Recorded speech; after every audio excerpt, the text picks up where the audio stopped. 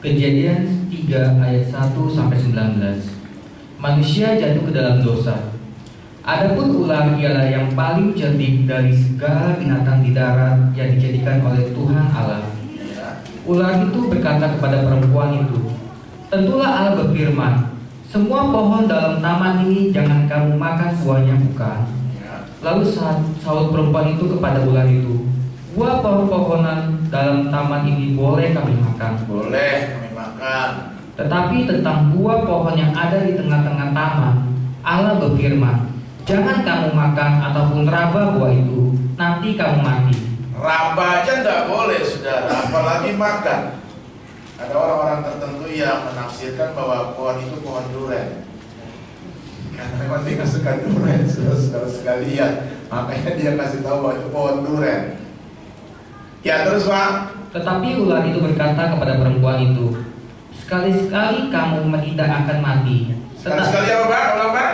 Sekali-kali kamu tidak akan mati. Kamu udah mati kok. Kamu raba, kamu makan, kamu nggak makan mati kok. Terus? Tetapi Allah mengetahui bahwa pada waktu kamu makannya, matamu akan terbuka dan kamu akan menjadi seperti Allah, tahu tentang yang baik dan yang jahat. Iya. Terus? Perempuan itu melihat bahwa buah pohon itu baik untuk dimakan dan sedap kelihatannya. Bukan saja baik untuk dimakan, tapi kelihatannya enak ini buah, sedap kelihatannya. Terus? Lagi pula pohon itu menarik hati karena memberi pengertian. Ada pengertian di situ, pengertian yang baik dan pengertian yang jahat di situ. Terus Pak? Lalu ia mengambil dari buahnya dan dimakannya, dan diberikannya juga kepada suaminya yang bersama-sama dengan dia, dan suaminya pun memakannya. Harusnya dia sendiri yang makan. Harusnya perempuan itu yang makan. Gak usah, kalau seandainya udah berbuat dosa jangan ajak-ajak suami. Tapi rupanya suami juga mengerti dan suami juga makan. Wah, bahaya ini. 7. Maka terbukalah mata mereka berdua, dan mereka tahu bahwa mereka telanjang. Saya mau tanya kepada saudara, pada waktu itu mereka telanjang atau enggak? Telanjang.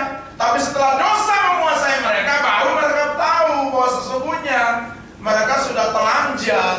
Pada waktu itu sinar kemuliaan Allah ada menaungi mereka, karena mereka punya hubungan yang baik dengan Tuhan. Tapi pada waktu dosa menguasai mereka, pada waktu buah pengetahuan baik itu dia makan, maka ketahuanlah bahwa waduh, saya sedang telanjang rupanya. Dosa itu begitu. Terus Pak. Lalu mereka menyemat daun pohon ara dan membuat cawan. Ya. Ketika mereka mendengar bunyi langkah Tuhan Allah yang berjalan-jalan dalam taman itu pada waktu hari sejuk, Sore-sore begitu ya. bersembunyilah manusia dan istrinya itu terhadap Tuhan Allah di antara pohon-pohonan dalam taman. Ini kalau bikin drama bagus sekali nih. Ya bagus ya, kalau bikin drama bagus banget nih, jalannya ceritanya luar biasa ini. Baik, terus. Tetapi Tuhan Allah memanggil manusia itu dan berfirman kepadanya, "Di manakah engkau?" Ada, di manakah engkau? Terus? Ia menjawab, "Ketika aku mendengar bahwa engkau ada dalam taman ini, aku menjadi takut, karena aku telanjang, sebab itu aku bersembunyi." Tadinya Tuhan suka berjalan-jalan di situ kok. Tapi pada waktu manusia belum dikuasai oleh dosa, Adam nggak takut, mempunyai hubungan yang bagus dengan Allah. Tapi karena manusia sudah berdosa, makanya Alkitab berkata, dia menjadi takut. Karena dosa, orang tersebut bisa menjadi takut. Terus Pak? Firman-Nya, "Siapakah yang memberitahukan kepadamu bahwa engkau telanjang? Apakah engkau makan dari buah pohon yang ular engkau makan itu?" Ya. Manusia itu menjawab, "Perempuan yang kau tempatkan di sisiku, dialah yang memberi dari buah pohon itu kepadaku, maka aku makan." Kemudian berfirman Tuhan Allah kepada perempuan itu, "Apakah yang telah kau perbuat ini?" Jawab perempuan itu, "Ular itu yang memperdaya aku, maka aku makan." Lalu berfirman Tuhan Allah, Allah bilang kepada perempuan ini, siapa yang salah sih? Perempuan salahkan siapa? Tuh, perempuan tuh begitu, kalau udah terpojok baru salahkan orang gitu. Jadi harusnya nggak perlu kayak begitu, tapi dia salahkan. Tuhan berkata siapa? Tapi perempuan itu berkata ular, iblis itu, lambang iblis itu. Saudara-saudara sekalian, makanya di rumah saudara nggak boleh ada ular ya. Itu lambang setan. Terus Lalu berfirman Tuhan Allah kepada ular itu, karena engkau berbuat demikian, terkutuklah engkau di antara segala ternak dan di antara segala binatang hutan. Ya. Dengan perutmu engkau akan menjalar, dan debu tanahlah akan kau makan seumur hidupmu. Oh, rupanya binatang itu juga dikutuki oleh Tuhan. Makanya saudara lihat bahwa ular itu menjalar kan? Perutnya engkau akan menjalar dan debu tanahlah akan kau makan seumur hidupmu. Ada kutuk di situ. 15. Aku akan mengadakan permusuhan antara engkau dan perempuan ini, antara keturunanmu dan keturunannya. Keturunannya akan meremukkan kepalamu, dan engkau akan meremukkan tumitnya. Ya, 16 ayat pembacaan kita yang seharusnya. Firman-Nya kepada perempuan itu. Ini kutuk bukan saja kepada binatang, tapi untuk perempuan juga ada kutuk di situ. Apa kutuknya, Pak? Susah payahmu waktu mengandung akan kau buat sangat banyak. Kemarin saya sudah bahas. Terus? Dengan kesakitan engkau akan melahirkan anakmu. Sakit. Susah payah kamu mengandung. Sakit engkau akan melahirkan anakmu. Namun engkau akan berakhir pada suamimu, dan ia akan berkuasa atasmu. Kamu nggak bisa buat apa-apa perempuan. Kamu punya tanggung jawab kepada suamimu. Karena di dalam silsilah keluarga, itu hierarki keluarga, suami paling atas, bukan istri. Amin. Amin. Mentang-mentang sudah punya pekerjaan hebat, terus seenak-enaknya mau coba-coba dengan suami. Ingat ya, ibu-ibu, ingatlah hormat dulu kepada suami. Amin. Terus Pak 17. Lalu firman-Nya kepada manusia itu, karena engkau mendengarkan perkataan istrimu dan memakan dari buah pohon yang telah kuperintahkan kepadamu, jangan makan daripadanya, maka terkutuklah tanah karena engkau. Dan dengan bersusah payah engkau akan mencari rezekimu. Kemarin saya sudah jelaskan juga, bersusah payah engkau mencari rezekimu, engkau bekerja dan tanah seumur hidupmu. Ini kepada Adam, ini kepada pria tentunya. 18. Semak duri dan rumput duri yang akan dihasilkan bagimu, dan tumbuh-tumbuhan di padang akan menjadi makananmu. 19 terakhir. Dengan berpeluh engkau akan mencari makanmu, sampai engkau kembali lagi menjadi tanah, karena dari situlah engkau diambil, sebab engkau debu, dan engkau akan kembali menjadi debu. Amin. Amin, saudara. Saudara, saya akan bahas sedikit mengenai kemarin, ketika Adam dan Hawa pertama kali jatuh ke dalam dosa, maka saya kemarin beritahukan bahwa ada konsekuensinya. Setuju? Ada konsekuensinya nyata akibat dosa yang dia perbuat, saudara. Pasti, orang yang berbuat dosa pasti ada konsekuensinya. Apa konsekuensinya, Pak? Dia diusir dari Taman Eden. Yang pertama, Adam sudah tidak punya hak lagi di situ. Diusir kamu, pergi kamu. Kamu nggak bisa bertanggung jawab dengan apa yang aku berikan kepadamu. Yang kedua, putus hubungan Allah dengan manusia. Pada waktu yang kau berbuat dosa, saya beritahukan, nanti akan saya jelaskan selanjutnya, bahwa ada pemutusan hubungan antara Allah sebagai Bapa dan kita sebagai anak-anak. Kemarin saya sudah menjelaskan 3 perkara penting, yaitu apa? Ada kutuk yang namanya kutuk penderitaan. Pada masih ingat ya? Kutuk penderitaan ya. Yang kedua kutuk apa? Alah, lupa. Apa? Susah payah. Susah payah. Yang ketiga kutuk apa? Aduh ampun deh. Kematian. Baru kemarin loh. Kemarin saya kan ganti hambanya Pak Edi kan karena ada perkataan nikah ya Pak ya. Nah, saya melanjutkan aja, saudara, lupa terus dah. Kalau uang aja nggak lupa. Kejadian 3:16 Pak. Baca satu kali lagi Pak. Untuk yang namanya penderitaan. Kejadian 3 ayat 16. Iya. Firman-Nya kepada perempuan itu, susah payahmu waktu mengandung akan kubuat sangat banyak. Iya. Dengan kesakitan engkau akan melahirkan anakmu. Pokoknya kamu menderita deh. Itu kutuk. Itu kutuk. Kutuk itu. Yang kedua apa? Susah payah kamu bekerja. Penderitaan pada waktu wanita, susah payah untuk laki-laki. Jadi nggak pandang bulu Tuhan. Untuk perempuan juga kena kutuk. Untuk laki-laki juga kena kutuk. Untuk ular juga kutuk di situ. Jadi Tuhan nggak pandang bulu ya. Untuk menghukum sesuatu seorang memberikan sesuatu kepada orang, tidak pandang bulu. Ini anak emas, nggak usah dah. Enggak, salah. Makanya firman Tuhan berkata, katakan ya di atas ya, tidak di atas tidak. Lebih daripada itu setan. Gitu. Wow. Yang ketiga adalah kematian. Kejadian pasal 3 ayat yang ke-19. Kejadian 3 ayat 19. Iya. Dengan berpeluh engkau akan mencari makananmu sampai engkau kembali lagi menjadi tanah. Karena dari situlah engkau diambil. Sebab engkau debu dan engkau akan kembali menjadi debu. Kamu debu, kamu akan kembali menjadi debu. Makanya kan waktu almarhum meninggal, saya ingat betul saya bertemu dengan Pak Edi dan Pak Edi prosesi kematian di Bogor, Gunung Gadung. Dia katakan bahwa manusia dari debu, ambil debu, kembalikan, dilempar debu, karena kembali kepada debu. Manusia debu, makanya nggak boleh sombong. Nggak boleh sombong. Berbicara mengenai kematian ada 3 hal penting: mati secara fisik, mati secara roh, dan mati secara kekal, mati kekal. Mati fisik itu apa, Kak? Mati fisik itu ditandai dengan apa? Berakhirnya kehidupan, selesai. Pada waktu yang kau mati, semuanya selesai. Di dunia yang kau selesai, apa yang kau buat lakukan baik, nanti kau bertanggungjawabkan di hadapan tahta kekudusan Allah. Kalau kau lakukan yang nggak baik, ya udah, bukunya cuma 2: mati baik, surga; nggak baik, neraka. Terima Yesus, baik, surga; nggak terima Yesus, neraka. Selesai. Itu mati secara fisik. Mati secara roh. Yang kedua, mati secara roh. Putus hubungannya kamu dengan Allah.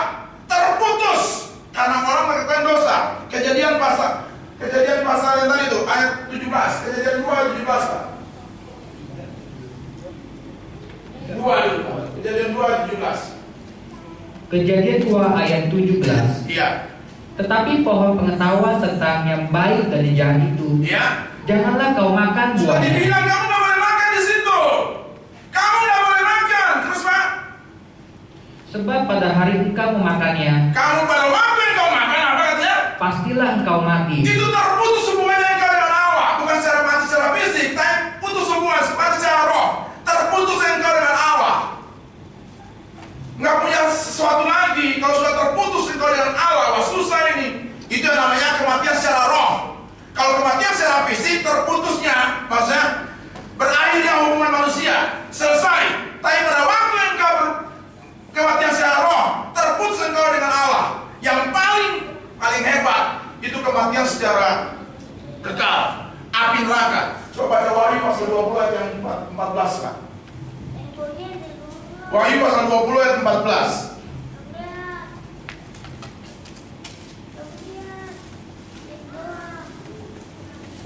Ini neraka aja pokoknya.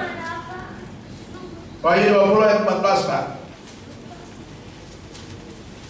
Laut mati dan kerajaan maut, laut maut. Wahyu 20 ayat 14. Iya. Lalu maut dan kerajaan maut itu dilemparkanlah ke dalam lautan api. Iya. Itulah kematian yang kedua. Yaitu apa? Lautan api. Itu kekal. Lautan api itu neraka. Saudara-saudara sekalian, dari saat ini saudara bisa tangkap nggak? Halo? Bisa. Halo? Coba lihat saya dulu sebentar. Lihat saya, nggak usah perlu di situ. Lihat saya dulu. Tangkap nggak nih? Amin. Susah ya, agak susah ya. Memang gembala tempat ini kasih temanya agak rumit-rumit. Ini memang tapi tidak apa-apa, saudara. Ya jangan cuma mendengar berbicara mengenai berkat-berkat aja, bukan? Saudara harus mengerti masalah-masalah kayak gini, penciptaan. Saudara harus mengerti kayak begini, mas susah. Pak bicara mengenai anak-anak aja, Pak, nggak usah bicara mengenai neraka. Aduh, serem, Pak. Bicara mengenai api kekekalan, serem, Pak. Saya cuma kasih tahu ya, kalau saudara berdosa ya itu hukumannya di situ. Selesai itu. Makanya jangan main-main. Jangan main-main, saudara-saudara sekalian. Hebat itu. Wah, itu bahaya itu. Nggak bisa kompromi itu. Disikat sama Tuhan. Ular aja kena kok. Manusia pun kena, Adam juga kena, Hawa juga kena. Nah sekarang pertanyaannya, penyebab dari penderitaan itu gimana? Kan itu pertanyaannya. Mengapa kita menderita? Mengapa sih kita menderita? Ayo kita baca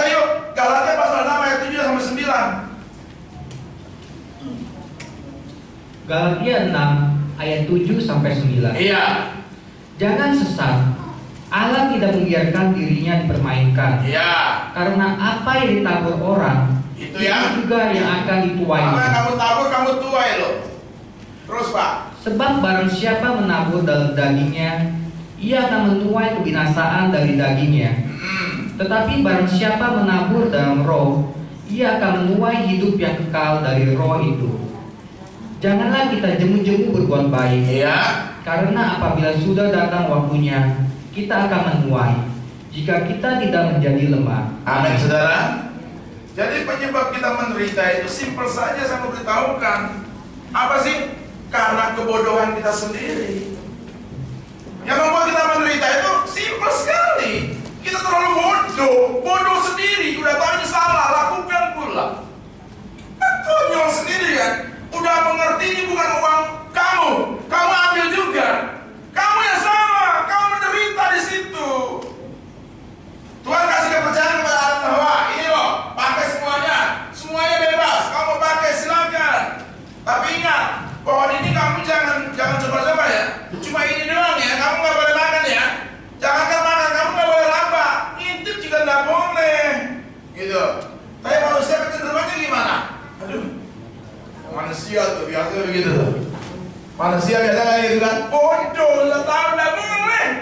Coba, kalau ada sesuatu yang saya tutup di sini, saya tutup pakai mangkok gitu. Saya bilang buat saudara-saudara sekalian ini, sini boleh kamu lihat, semuanya boleh. Tapi yang itu nggak boleh. Waduh, sudah apa ya? Apanya itu ya? Wah, pada waktu mungkin kita nggak ada, mungkin saudara nggak mau lihat. Kenapa? Ada peraturan. Tapi pada waktu nggak ada semuanya, ingin coba-coba lihat. Ya, cuma 100.000. Ya, cuma gitu doang. Padahal sih sebenarnya apa sih? Sudah cukup semuanya kok. Adam dan Hawa itu sudah punya semuanya loh. Hebat itu. Ini punya. Binatang apa juga semua ada di situ. Bisa bergaulnya hebat di situ. Makan pohon apa juga semuanya bisa. Cuma dia berkata begini, untuk satu itu kamu jangan makan ya. Tapi manusia kecenderungan mau ingin tahu. Apa ya? Apa yang ada di situ ya? Pada waktu dia makan selesai dia. Itu karena apa? Bodoh kamu. Sudah dikasih tahu, nggak boleh. Kamu masih juga. Itu karena kebodohanmu sendiri. Saya mau lebih tegasin, saya mau kasih tahu ya. Kamu nggak puas dengan apa yang ada padamu. Kamu nggak bisa menikmati apa yang Tuhan kasih kepadamu. Kalau pakai bahasa kasar saya kasih tahu ya. Tersinggung nggak saudara? Rakus lu. Kita nggak mengucap syukur dengan apa yang ada tuh. Sudah punya ini ya udah. Mau minta lagi. Tuhan sudah kasih semuanya. Kita masih coba-coba dengan cuma satu loh. Bodoh kita. Akhirnya Galatia pasal 6 tadi berkata begini, apa yang kamu tabur itu yang kamu tabur daging, kamu binasa. Kamu tabur benar, kamu diberkati Tuhan. Amin. Tepuk tangan yang meriah bagi Allah. Simpel dan sederhana. Hari ini saya lihat sini terus. Ini Simon kemana ya? Ada izin ya? Lagi pergi keluar dari kota. Warga keluarga. Bilang ke semua yang urusan keluarga jangan hari Minggu. Hari Minggu itu harus ibadah. Amin. Sudah sering kali kan saya berbicara mengenai hari Minggu kan. Lain waktu. Jangan bodoh ya. Amin. Kasih tahu kepada kiri kananmu, jangan bodoh kan. Ngomong aja, ngomong. Jangan bodoh. Sudah. Sekarang kasih tahu lagi. Lu juga.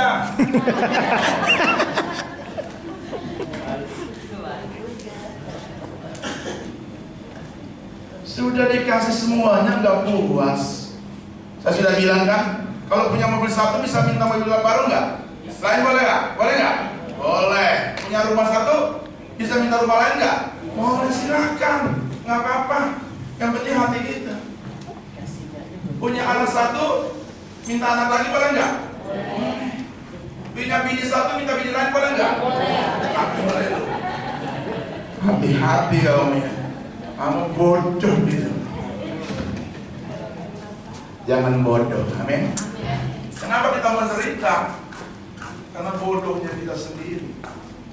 Simple sekali. Ayo, jadilah tenang. Kita berkata dalam 1 Petrus 4 ayat 7. Jadilah tenang supaya kamu bisa menguasai diri dan kamu bisa berdoa. Doa baca ya. 1 Petrus pasal 4 ayat 7. 7 atau 8? Coba. Ke ada apa? 1 Petrus pasal 4 Ayat 7. 1 Petrus 4 ayat 7. Kesudahan segala sesuatu sudah dekat. Iya. Karena itu kuasailah dirimu. Kuasai dirimu Dan jadilah tenang. Kamu tenang. Supaya kamu dapat berdoa. Kalau kamu nggak tenang, kamu nggak bisa berdoa. Kalau kamu nggak tenang, kamu nggak bisa berdoa. Amin. Kuasai dirimu, jadilah tenang, mengucap syukur dengan segala perkara. Ini loh, Tuhan sudah berikan kepadaku. Dah, puji Tuhan. Puji Tuhan. Pak, makan tempe sama tahu dan garam, puji Tuhan nggak? Puji Tuhan. Pak, pakai nasi, pakai tempe tahu, gimana? Puji Tuhan, puji Tuhan. Mau tambah multivitamin, nggak apa-apa. Itu pada waktu saudara punya keringat, itu multivitamin. Itu multivitamin. Dan situ anggap aja tahu dan tempe itu babi.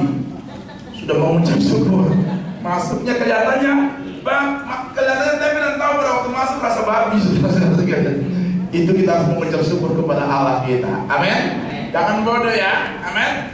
Mengapa kita manusia menderita? Karena bodohnya sendiri. Simpel sekali. Yang kedua, mengapa manusia menderita? Karena apa? Karena kadang-kadang Allah sedang mendisiplin kita. Mengapa manusia menderita? Karena memang Allah sedang mendisiplin kita. Kalau baca firman-Nya, Pak. Ibrani pasal 12 ayat yang ke-6, Pak. Ibrani 12 ayat 6. Iya. Karena Tuhan menghajar orang yang dikasihinya. Iya. Dan Ia menyesal orang yang diakuinya sebagai apa? Anak. Ajar. Tuhan sedang mendisiplin engkau. Kadang-kadang kita menderita karena memang Allah sedang mendisiplinkan kita. Allah sedang mendisiplinkan kita. Alkitab berkata dengan tegas bahwa Tuhan sedang menghajar orang-orang yang dikasihinya. Sedang Tuhan hajar. Makanya ada firman Tuhan yang lain, saya lupa ayatnya di mana. Barang siapa kekasih Wahyu, kalau nggak salah itu. Wahyu berapa? Barang siapa kekasihku, hajar, tegur. Barang siapa kekasihku, hajar. Aku sudah kasih tahu ya. Salah ya, tegur. Itu salah, tegur. Salah, tegur. Bukan panjang sabar. Masih salah, hajar kamu. Sudah dibilang kalau makan babi jangan banyak-banyak. Makan. Jangan banyak-banyak. Makan juga. Masih makan? Ya udah. Makan kebanyakan, kolesterol lu. Boleh nggak makan babi? Boleh. Tapi jangan banyak-banyak. 1, kolesterol. 2, mahal. Mahal. Sudah ya, vegetarian aja dah. Enggak, Pak, vegetarian enggak nendang, Pak, enggak nendang. Kalau cuma makan nasi sama makan aja sama sayur-sayuran, Pak, enggak bisa nendang. Enggak bisa tidur, Pak. Kita enggak menguasai diri loh, saudara-saudara. Kadang-kadang Allah sedang mendisiplinkan kita di situ. Saya sebenarnya orang ya, Pak, saya lihat Pak Pendeta Markus loh, orangnya suka disiplin sekali dengan makan-makanan. Oh iya, saya kadang-kadang belajar. Kadang-kadang malah saya dengan Pak Edi kadang-kadang nggak disiplin, kita sikat aja. Pak Markus cukup disiplin, weh. Nggak boleh makan itu, nggak boleh makan ini. Wah, kayak alamat saya rugi. Kalau nggak makan kayak itu, makan ini loh, saudara-saudara sekalian. Pak, saya dengan Pak Edi mungkin seleranya agak sama. Apa yang kita sikat, Pak? Urusan belakangan gitu, saudara-saudara sekalian. Tapi kalau Pak Markus, saya perhatikan kalau kita lagi makan, nggak boleh, waduh, kalau saya sih rugi, cuma saya mesti pelan-pelan aja sedikit, pelan-pelan, nggak boleh. Kenapa? Ya udah mendisiplinkan kita. Allah sudah mendisiplinkan kita, makanya sudah tahu yang jahat, nggak boleh. Ini nggak boleh. Kalau ini salah, nggak boleh, sudah. Kadang-kadang kita menderita itu karena Allah sedang mendisiplinkan kita loh, saudara-saudara sekalian. Dan disiplin Allah itu sangat luar biasa. Nah kadang-kadang kita kan kadang-kadang nggak kapok kan. Tuhan sudah sebenarnya segala sesuatu ada dalam kontrol Tuhan. Percaya nggak? Semuanya dalam kontrol Tuhan. Kadang-kadang kita sakit juga, kadang-kadang Tuhan izinkan. Bisa loh Tuhan izinkan kita sakit. Tapi kadang-kadang kita juga yang membuat kita sakit. Percaya nggak? Kadang-kadang nih, lu udah tahu itu hujan, lu masih main di hujan. Ya lu yang goblok sendiri. Udah ngerti itu hujan, main di hujan, ya sama kita. Tapi kadang-kadang Tuhan izinkan kita sakit loh. Supaya apa? Kemuliaan Tuhan dinyatakan. Orang-orang bisa melihat bahwa iya, yang mujizat Tuhan bisa bekerja ya. Luar biasa. Nah kadang-kadang dengan sakit itu juga kita harus tahu bahwa jangan-jangan kita salah ya. Kenapa? Karena Allah sedang mendisiplinkan kita. Bisa kita salah loh. Makanya saya tuh ya kadang-kadang ya, kalau saya pribadi kadang-kadang berpikirnya simpel aja. Kalau saya sakit kadang-kadang saya berpikir gini, saya tadi makan apa ya? Gitu. Terus kalau saya sakit saya berpikir yang kedua, saya berbuat salah apa ya? Kalau saya udah pulang, kalau saya sakit biasanya istri bilang gini, lu berbuat dosa ya? Lu berbuat dosa ya? Nah, makanya nggak kontrol. Makanya gua, apalagi mau KFC, ada lagi KFC-nya kontrol ya makannya lah. Kadang-kadang puasa batal. Kadang-kadang ke sini sudah sekalian. Dan saya mau bilang ya, kalau seandainya saya datang ke sini, saya jarang-jarang puasa. Dan saya nggak mau jadwal saya di sini saya puasa. Kenapa? Di sini makannya mantap. Saudara-saudara sekalian, orang bilang pendeta puasa nggak puasa saya loh. Tapi kayaknya hari Minggu untuk jadwal saya di GFC saya nggak mau puasa deh. Makannya mantap. Kadang-kadang habis makan di situ kita diajak makan di mana-mana. Sudah lama kita nggak makan sedikit mandi ya. Anda mandi, jangan tersinggung ya. Saya nggak nyinggung kok. Saya cuma nyindir aja. Maksudnya ketinggalan sudah lama. Kadang-kadang kita disiplin oleh Allah. Supaya apa? Supaya kita menjadi seorang pemenang. Amin. Amin. Amin. Disiplin itu bagus loh. Disiplin itu bagus loh. Kadang-kadang kalau anak kita salah, kita disiplinkan dia. Kalau anak itu udah salah, kita kasih tahu ini salah nak. Masih salah lagi, ini salah nak. Salah. Waduh. Rumah kami itu Kelapa Gading. Rumah kami Kelapa Gading. Depan rumah itu ada got ya, got kecil, saluran air gitu. Itu dulu. Itu kalau anak-anak saya, aduh, saya ya lumayan putih lah dibandingkan sama mamanya, bapaknya. Itu kalau anak saya main di situ itu kan putih bersih. Itu saya masih marah loh. Kenapa? Bapak yang baik anaknya nggak boleh main di got. Masih main juga. Waduh, saya bilang mau nggak boleh jorok. Masih main juga. Saya bilang mandi, jorok itu. Masih main juga. Saya buka gesper, saya hajar pantatnya. Itu bapak yang baik. Atau minimal saya pukul pantatnya. Nggak boleh, udah dikasih tahu itu jorok. Tapi kalau saya anak tetangga yang main got, saya berkata, main nak, berenang juga boleh. Kenapa bukan anak saya? Tuhan juga begitu. Oh bukan anak, ya udah terserah lu. Tuhan juga begitu, bukan anak, terserah kamu. Tapi kalau anak, Alkitab berkata, kutegur. Karena bapak yang baik pasti menegur anaknya. Masih bandel juga, ditegur. Bandel juga, hajar. Supaya benar untuk kemuliaan nama Tuhan.